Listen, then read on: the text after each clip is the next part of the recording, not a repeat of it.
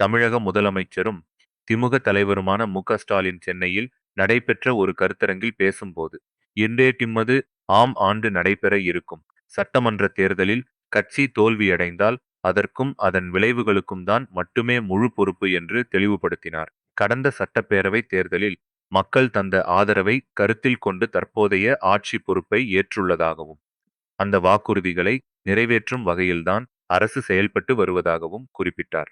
தேர்தல் தோல்வி என்பது கட்சியின் தலைவரான தனக்கு மட்டுமே சார்ந்தது என்றும், தோல்வி ஏற்பட்டால் அதற்கு காரணமானவர்களை கண்டறிய தேவையில்லை என்றும் தெரிவித்தார். மேலும் தனது தலைமைத்துவத்தில் ஏற்படும் தவறுகளுக்கு தானே பொறுப்பேற்கும் அணுகுமுறை குறித்தும் அவர் பேசினார்.